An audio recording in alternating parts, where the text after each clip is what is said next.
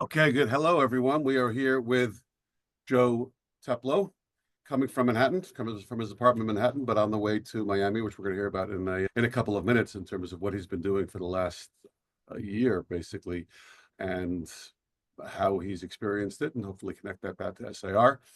Our opening up podcast is a way that we try to connect with our community and to open up things that we do at SAR. And in this case, really, we have a wonderful series of just meeting remarkable people who are all connected to SAR, but remarkable people who have been doing a lot over the last 14 months to make a difference in connection with Medinat Israel and things that happened after October 7th. So, Joe, thank you for taking the time to be with us. I know that we've been talking about this for a while and trying to make it happen. So thank you for making the time. And why don't we just start by going backwards a little bit? Remind us all, when were you at SAR? What brought you to SAR? I think you crossed a bridge to get to SAR. Yeah, You can talk to us about that. good to see you, Rabbi. Thank you for making the time.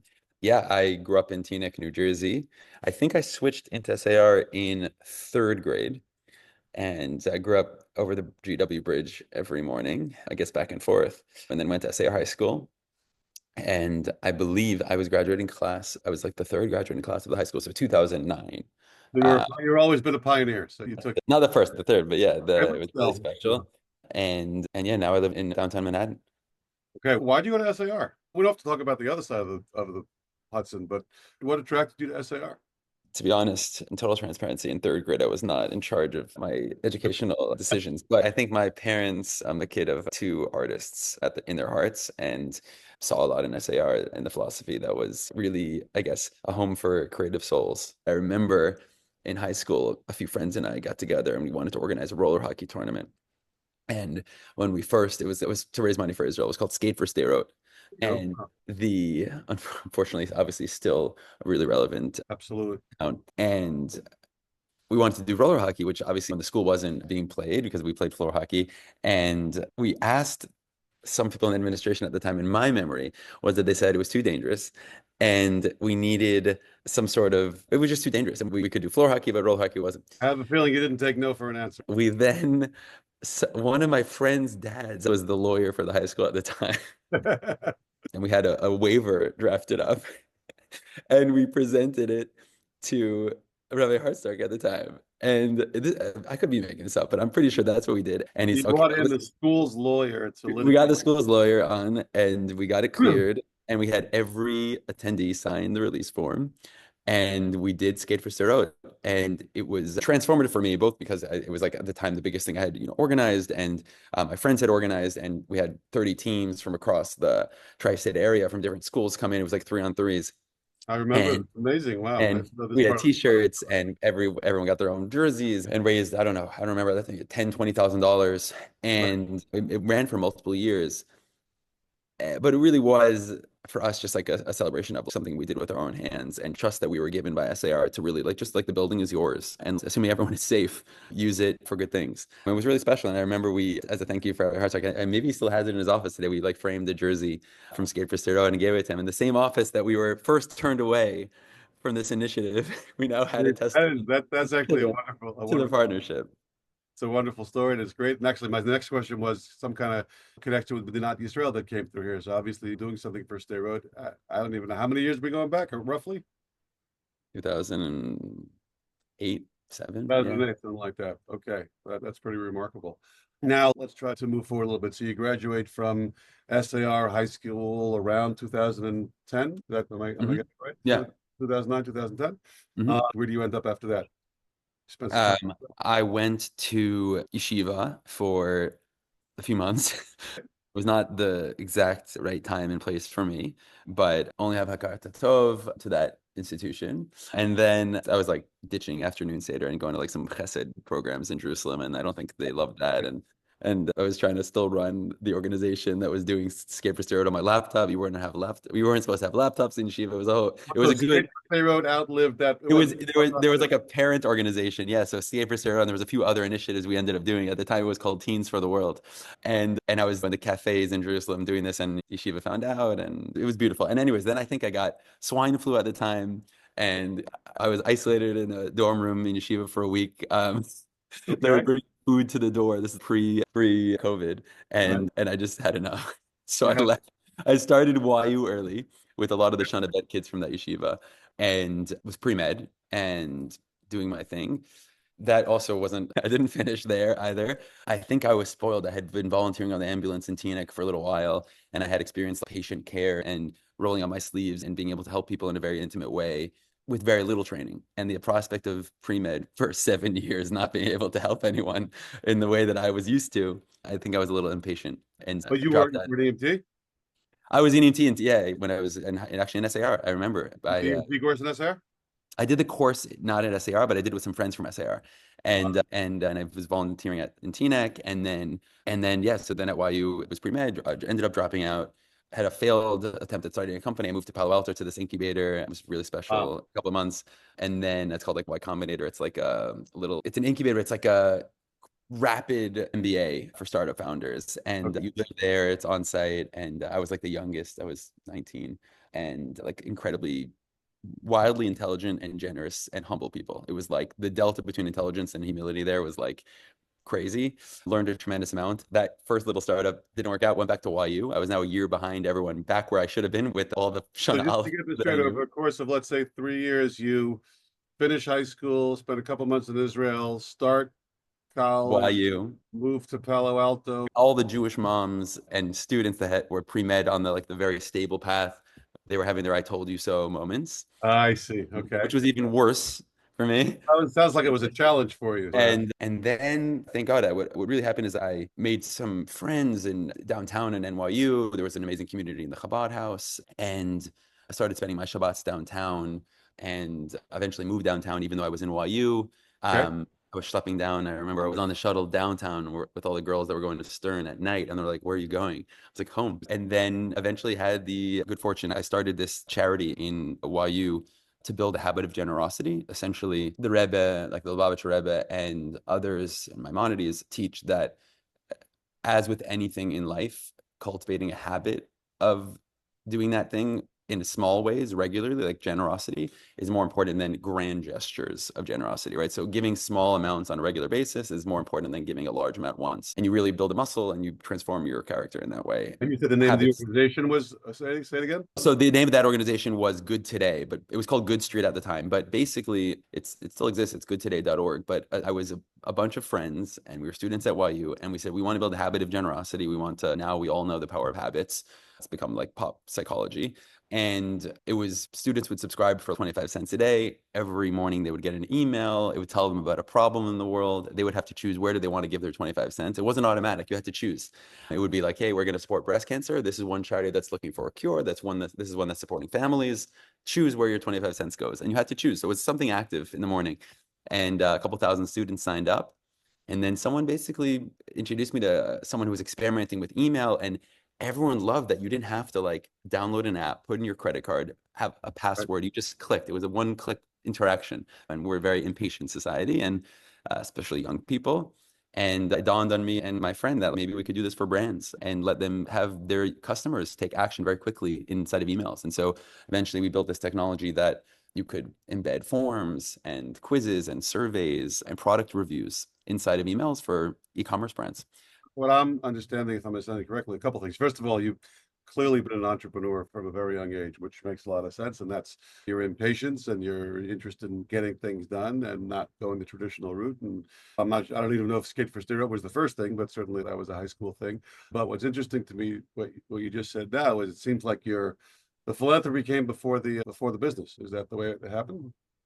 Yeah, the genesis of the company was definitely charity, and I think importantly because for me on the pre-med track, I had this like clarity as to what I was going to be doing that was meaningful and use my skills. And veering off to that to build a for-profit company, I think would be too aggressive of a transition for me. And so the fact that the for-profit, the company we ended up starting to build that email software was called Rebel Mail, was the genesis of that was a nonprofit, I think provided me with this like stepping stone of like meaning. And I kept the nonprofit running the whole time. And I always said at the time, if I didn't have that while I was building my company, and I'm still involved today, then I wouldn't have been able to do it, just like from a meaning standpoint. So we built this company, Rebel Mill. I ended up raising some money. Once we raised the round, dropped out of YU again, this time for good. How many people get to say they dropped out of YU twice? There you go. I don't know the first time I was dropping out. It was a semester off. Taking a break. Got it. And yeah, and then thank God we built the company over a couple of years, and then maybe 3.5 years, and then we sold the company So to. what are we up to? Are we at 2018 or am I I dropped out of YU probably 2014, 15. Built the company for 3.5 years, sold it in 2018. Okay. And then towards 2019, and then yeah, but thank God that we sold it to a big public company, a tremendous company with tremendous people and an amazing founder who is a remarkable human. And so it's a company called Salesforce. Are you still involved with it, or you sold it? Yeah, so I actually work for the company with our leadership team and help guide our artificial intelligence strategy. Okay, so you're still there, but you sold it. Yeah, nothing to do with my email software that I sold the company, but now I've moved to cover a much broader portfolio of products. I got it. Now let's move to 2023. So you're successful. You're living here in New York, working for this company that you sold obviously at a young age. And then, could you tell me where you were on October 7th? Yeah, I was in Jerusalem. I'm in Israel pretty often, both for work and also my grandmother lives in the old city in Jerusalem, and thank God we're very close. So I'm there usually 5, 6 times a year. So I was there on one of my trips where I usually bounce to Tel Aviv, do some investing or work with some of the companies that I'm close with, and then see my bubby. And I was there for the Chag and spent that morning in the bomb shelter, obviously. And then when we finally got a sense of what had actually transpired, I usually do a shifts on the ambulance when I'm there just to expose myself to the system there and learn. And I'm very close with Hatzalah there. I'm a volunteer medic with Hatzalah in Manhattan and Miami. But whenever I'm there, I just love the team there. And I've grown close with a few of the volunteers there. And so I do a shift on the ambulance in Jerusalem or Tel Aviv for a couple of hours. And I asked if I could suit up, and I was on the ambulance in Jerusalem. And then mainly really what happened is there was a lot of gaps. So many of the ambulances were down south. We also had to cover the calls that were just happening in the country as per usual. And there was a lot of supplies needed. And so I was essentially in the back of the ambulance FaceTiming folks in the States that I thought could help move the needle for what we were doing. It was tremendous to see dear friends step up. If you're in America, I can't imagine how helpless I would feel. And so people were looking for opportunities Explain to me again. So you're in the ambulance because you're volunteering, and you're also yeah, like in between calls or what the needs are. Mm-hmm. Well, also just what ended up happening is only ambulances allowed to be led on that route, and army vehicles and police, obviously. And so what we ended up doing, because the ambulances are so large, is we would stock them with supplies like water and food and things that the soldiers needed and the families needed in the areas that were closed off, because there was some sort of like security perimeter. Right. And everyday citizens were dropping off things at Hatzalah headquarters in Jerusalem, like not just things, like pallets and pallets of things, like, but not by trucks, like in their vans. They were like bringing food and bamba and water and cleaning supplies and toiletries.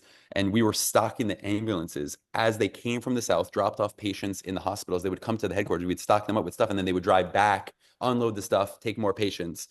And so it was like a dual purpose. And so I was doing a lot of that. And in between things, I was FaceTiming folks, especially late at night. And tremendously lucky, many friends stepped up, started matching each other, raised a number of millions of dollars at that moment. And then perhaps the more transformative thing was a few of those friends that I had spoken to said that they wanted to come to Israel after things settled. And I was blessed to do a few trips to Israel, a number of trips. And obviously you came back, at some point you stopped with the shifts, you came back, and then you brought people. Yeah, so a few days later. After that. A few days later, I returned. Hatzalah was pretty overwhelmed with the needs at the time. And so my friend and Hatzalah asked me to lead their like international shipments, because everyone was like, in America was trying to send them things. So we needed triaging, and also something that makes sense to send on a plane. Some things don't make sense. And things that didn't make sense were taking the space of things that did make sense. And I had a Teaneck mom sending tuna fish cans and towels on the same LL plane that I'm trying to get tourniquets on. And I love Teaneck moms. My mom is one, but it was a lot to manage when everyone wanted their stuff on the planes. And it's funny, like I've been on my phone a lot on Shabbat for when I'm taking an immediate medical emergency, but this was the first time that I was on my laptop, like actually like transacting. There was a business of saving lives and taking. Well, it was. I didn't know that until I got a call. I thought I was going to take a break, and then I got a call from Israel. I know that it's Shabbos for you, but I'm so sorry. We need XYZ. And it was my first time like I'll never forget, just like straight doing work. on Shabbos for the whole time. And thank God, I hope they don't hear this, but El Al was amazing at the time with their pricing. And we were able to get 3 full planes of supplies at the time. Anyways, so once that slowed down, I said, okay, let's start going back and supporting in other ways. And a few friends and I had the privilege of going together, spending a few days on the ground. And I'm not a tour guide by any means, but set up a meeting with the tour of the kibbutzim. This is early, right? Like December, November, even. Tour of the kibbutzim, the hospitals, the hostage families, and we did the rounds, and everything was quite intense. And did this a few times. And then one of my trips was with my close friend's friend. His name is Scooter Braun, and he's a big music manager, and he wanted to go to Israel. So I said, okay, here's my itinerary. You could enjoy. First time to Israel for him? He had been to Israel before. He managed Justin Bieber, Oh, and okay. and he had done a concert in Israel, and I think he grew up also had been a few times, but certainly his first time after what transpired on the 7th. And I said, here's the itinerary. He called me up. No, I hear you have to come with me. We're going to do this. I said, okay. Got my friend. We went together. And we did a week, and we did all of those things, like the kibbutzim, the injured soldiers in the hospitals. We met with a number of hostage families and people who had lost loved ones on that day. Scooter was remarkable. I was so taken by his patience. I was his glorified assistant at the time. And I was downstairs meeting with Rachel Goldberg and greeting her and saying, okay, Scooter's upstairs, but he's busy with someone who lost their daughter. And he didn't look at his phone because he's so present in these conversations. So I had to pull him away from someone that lost their daughter to meet with someone that had kidnapped son, and then pull him away from a kidnapped son it was hours on end. So we had this trip. And one of the things that we almost didn't go to because we didn't understand why we needed to see this when we had actually seen the sites themselves was this, what they called like a lost and found, or like memorial for the Nova massacre in Tel Aviv. It was like an expo, some artifacts, some music, and really just a lost and found where families could go and pick up things from their kids and just remember. But it was very somber. And we went around this and with a few survivors that we had met a few days prior at a healing camp for the kids. And Scooter was just incredibly taken. I was as well, but for him, I think coming from the music world, and he opened his mouth, said, what would it take to bring this to America? And funnily, I think that the founders of the exhibit of like the expo in Tel Aviv had heard this from a few people, but Scooter really pushed, and I jotted it down as his assistant. And we had done a lot of one-off projects together, but that stuck out to me like it was the top of my list. And so when we got home, I said, Scooter, here's my takeaways from the trip. This one, I think you'd be uniquely capable of pushing forward with your capabilities and your strengths. And I think it would be really meaningful, uniquely you. And I set up a few meetings to prepare the Nova founders for what that might look like, because it was organized in a very Israeli fashion. Okay. And they were under so much stress, and it was such an intense time, and they were doing so much. And So the one in Tel Aviv I wasn't at the one in Tel Aviv. I was at the one in New yeah, York.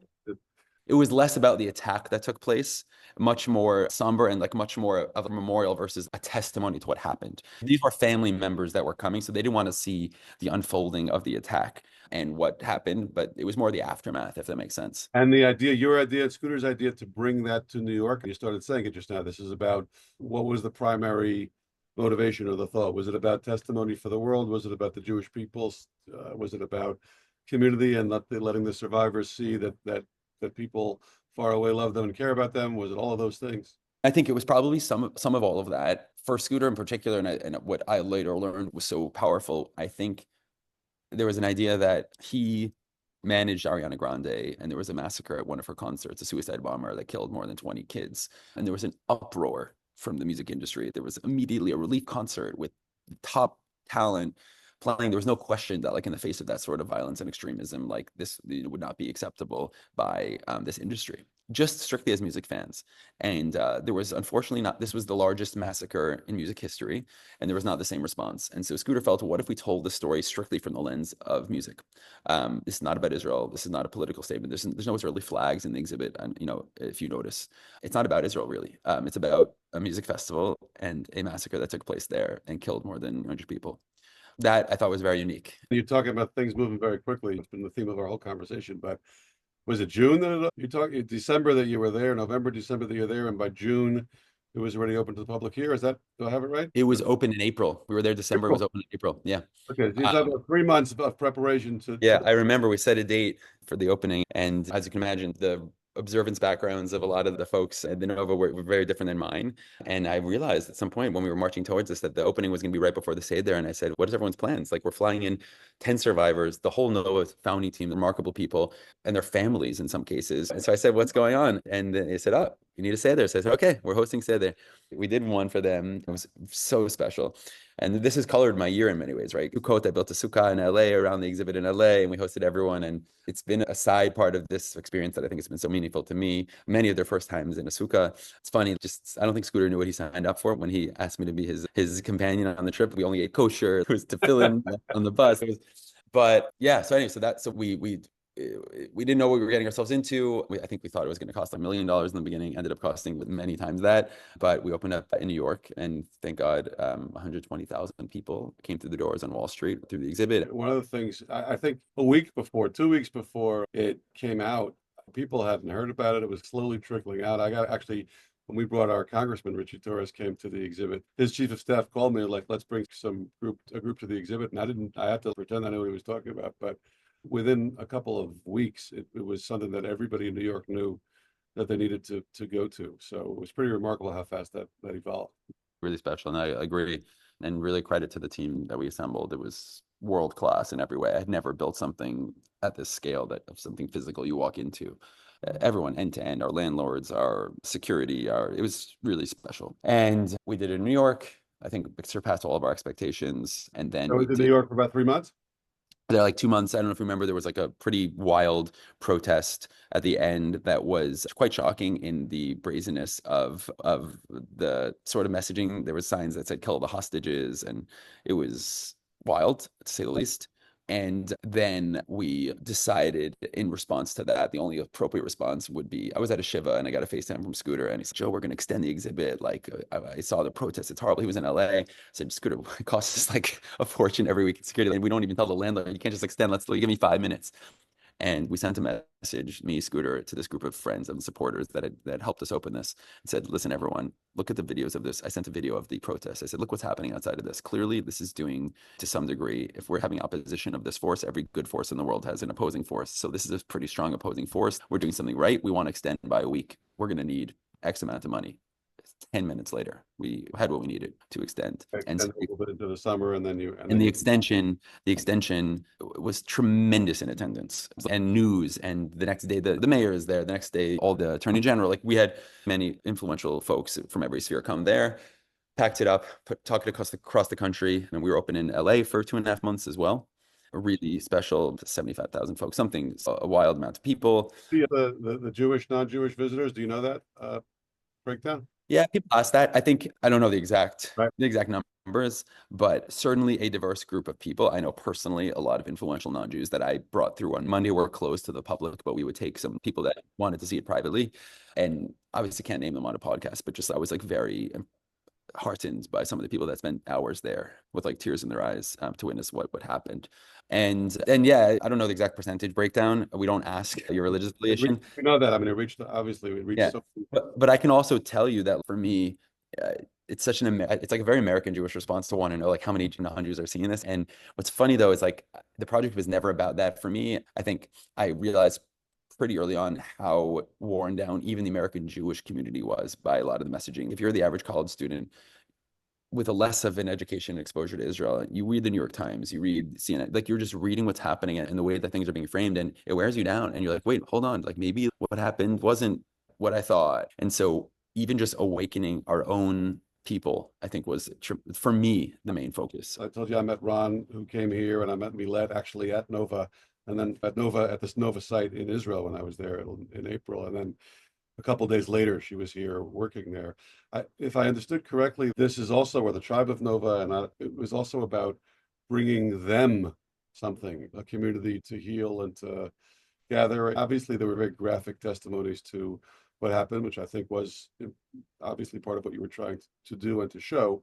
But can you talk about that part of it, about the healing part of it, and what Certainly. The part of the exhibit was the other side of the end of the exhibit. When you exit, we had this healing room, we called it, where it said, "We will dance again."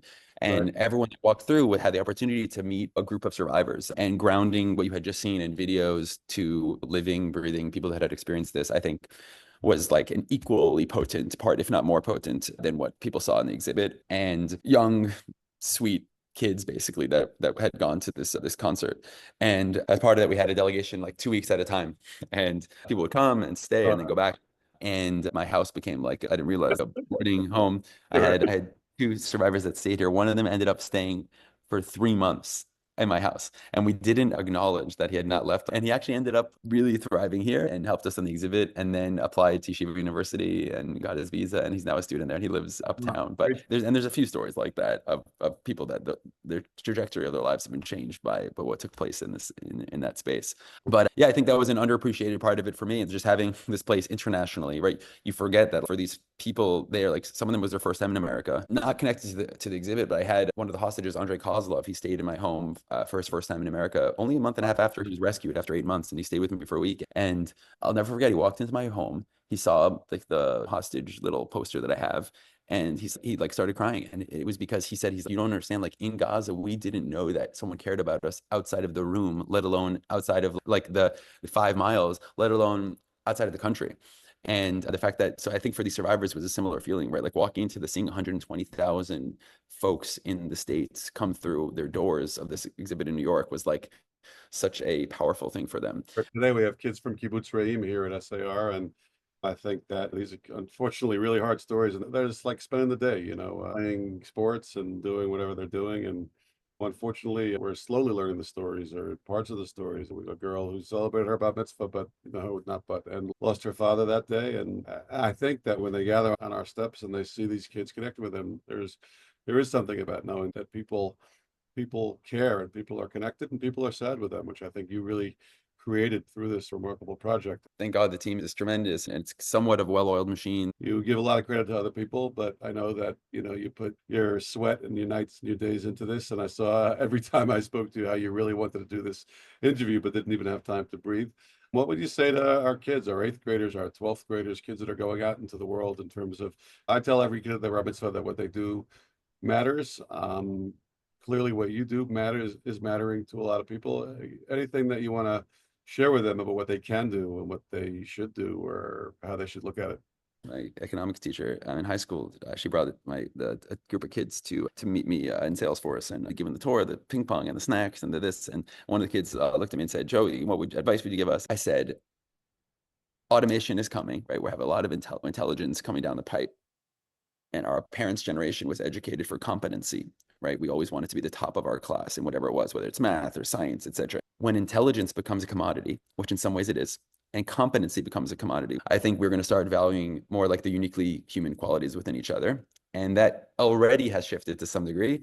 And therefore, education has to adapt, right? And so I told the kids, I said, listen, what uniquely human qualities do you possess, right? Generosity, empathy, spirituality. How do you cultivate those? Probably very differently than you cultivate some of the competency. And so I said, spend less time on the homework. And if for you, that volunteering with your special needs friend on Friendship Circle, or if it's playing the piano, if it's learning to sing, spend more time cultivating those, because at the end of the day, I believe that will serve you well. And I think that's going to be more and more appreciated by all of us at large over time.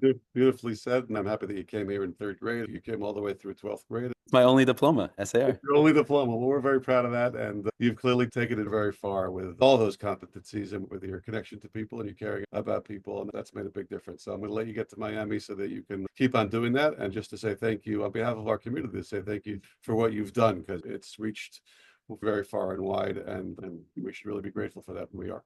Thank you so much. Toda.